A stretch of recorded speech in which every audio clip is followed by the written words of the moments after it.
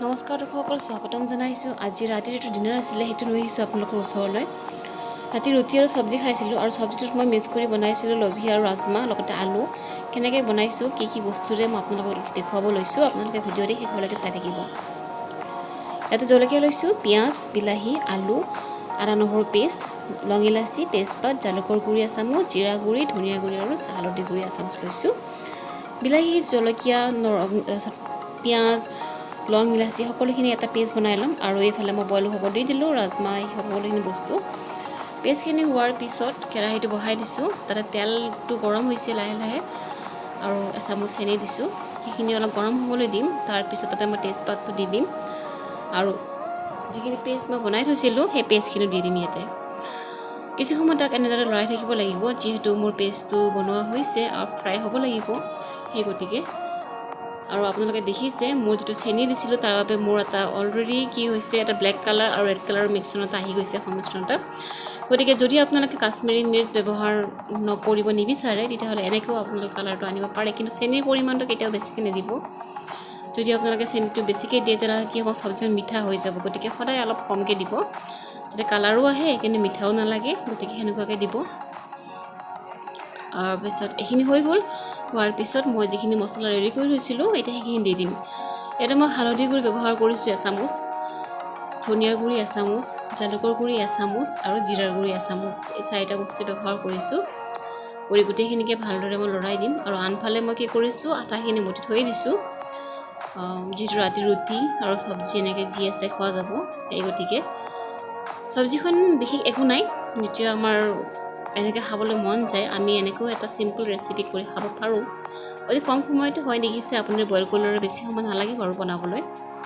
এতিয়া এইখিনি হৈ গৈছে, তেলটো উপঙি আহিছে আমাৰ ওপৰলৈকে। গতিকে এনেদৰে আৰু কিছু সময় আমি তাক ফ্ৰাই কৰি থাকিম।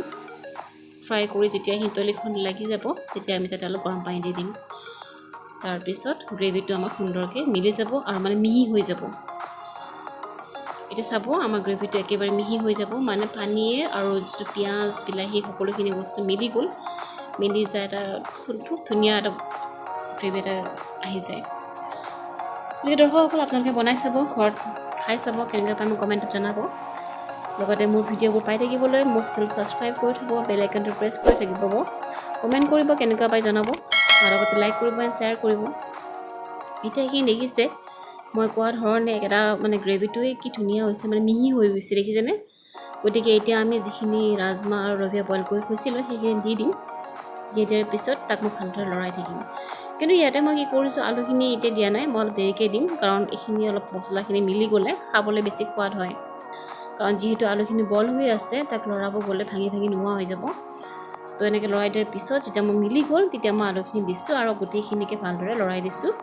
এতিয়া গৰম পানী কৰাই থৈ দিছিলোঁ, মই যিখিনি পানী বইল কৰিছোঁ সেইটো পানী ব্যৱহাৰ নকৰোঁ, কৰিব পাৰে আপোনালোকে, কিন্তু মই এক্সট্ৰাকৈ গৰম পানী কৰি সেইখিনি দি দিওঁ, যিটো বইল কৰা পানীখিনি পেলাইয়ে দিওঁ। এতিয়া এইখিনি হৈ গ'ল, ভালদৰে উতলিব দিম। আৰু যদি আপোনালোকে জোলটো অলপ গোটা খাব বিচাৰিছে তেতিয়াহ'লে আলুখিনি কি কৰিব, অলপ ভাঙি দিব, গলাই দিব, ভাল লাগে খাবলৈ। এতিয়া কচুৰি মেথি দি পেলাই নুমাই থ'লোঁ আৰু আনফালে মই যিখিনি ৰুটি বনাব ষ্টাৰ্ট কৰোঁ। গতিকে ইয়াতে মই বেলি লৈছোঁ, বেলি লৈ পেলাই আধা বনোৱা হৈছে, তথাপি দুখনমান আপোনালোকক দেখুৱাই দিলোঁ। কেতিয়াবা ভালকৈ দেখুৱাম বাৰু কেনেকৈ বনাওঁ।